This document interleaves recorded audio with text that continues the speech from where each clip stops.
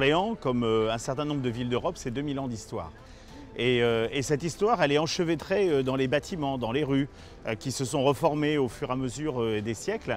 Et pour se promener dans la ville, pour que les murs, les pierres parlent, l'idée a été de créer ces témoins qui, à chaque endroit de la ville, peuvent apporter une explication sur ce qui s'y passait et en même temps raconter l'histoire vraie, au-delà du symbole et au-delà de ce qu'est chaque fois une œuvre d'art.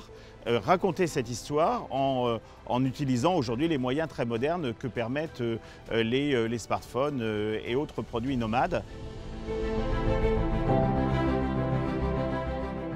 Dès le début, on a travaillé en binôme, c'est-à-dire que main dans la main, on a un petit peu tracé le circuit, parce qu'il a d'abord fallu faire le cheminement dans le cœur du cœur de la ville, parce que c'est vraiment la partie la plus ancienne, pour répartir ces 50 témoins qui sont dans le fond assez proches. Parce que le jeu, c'était de pouvoir aller de l'un à l'autre sans temps mort, sans se perdre, pour que ça soit vraiment un jeu de piste, une petite chasse au trésor.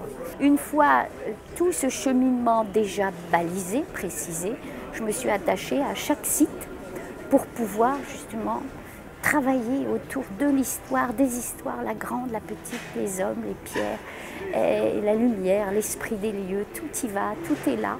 La gourmandise aussi. C'est comment cette ville a vécu, s'est stratifiée, avec des couches et des couches qui se sont déposées les unes sur les autres. Et puis, après ce travail-là, il y a toute la recherche iconographique pour fournir à Yann les éléments graphiques qui allaient illustrer justement tous ces thèmes. Et puis ensuite, Yann est passé au travail pour pouvoir concevoir l'objet plastique dans l'espace en lui-même.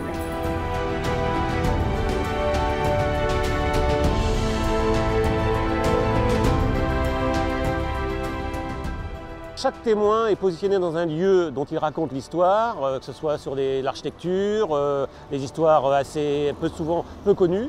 On voulait que les gens puissent les découvrir de manière aléatoire, c'est-à-dire on tombe devant un témoin, tiens qu'est-ce que c'est, on flash, ou alors on fait la promenade entière des 50 témoins. Je voulais un projet qui soit pérenne, qui dure dans le temps, donc j'ai utilisé un matériau qui résiste très très bien et qui se mélange facilement avec des façades historiques, avec la vieille pierre.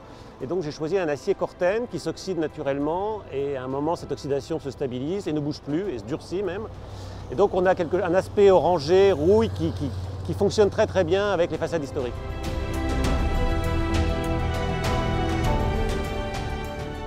L'enjeu en termes d'accompagnement numérique de la création des témoins de cette œuvre artistique était de servir l'esprit de l'œuvre sans la phagocyter.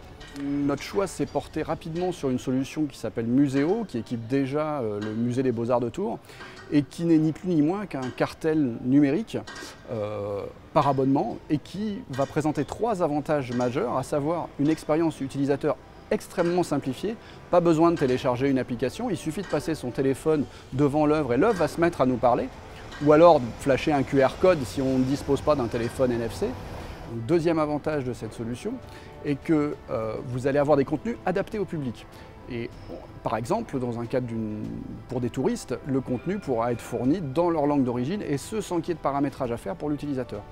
Et enfin, le troisième et gros avantage, c'est que c'est une solution qui présente une interface de gestion ultra simplifiée qui va permettre à la ville de produire ses contenus au fur et à mesure de la disponibilité de ses moyens et de gérer et d'alimenter l'application en maîtrisant la production et en maîtrisant les délais de mise en œuvre.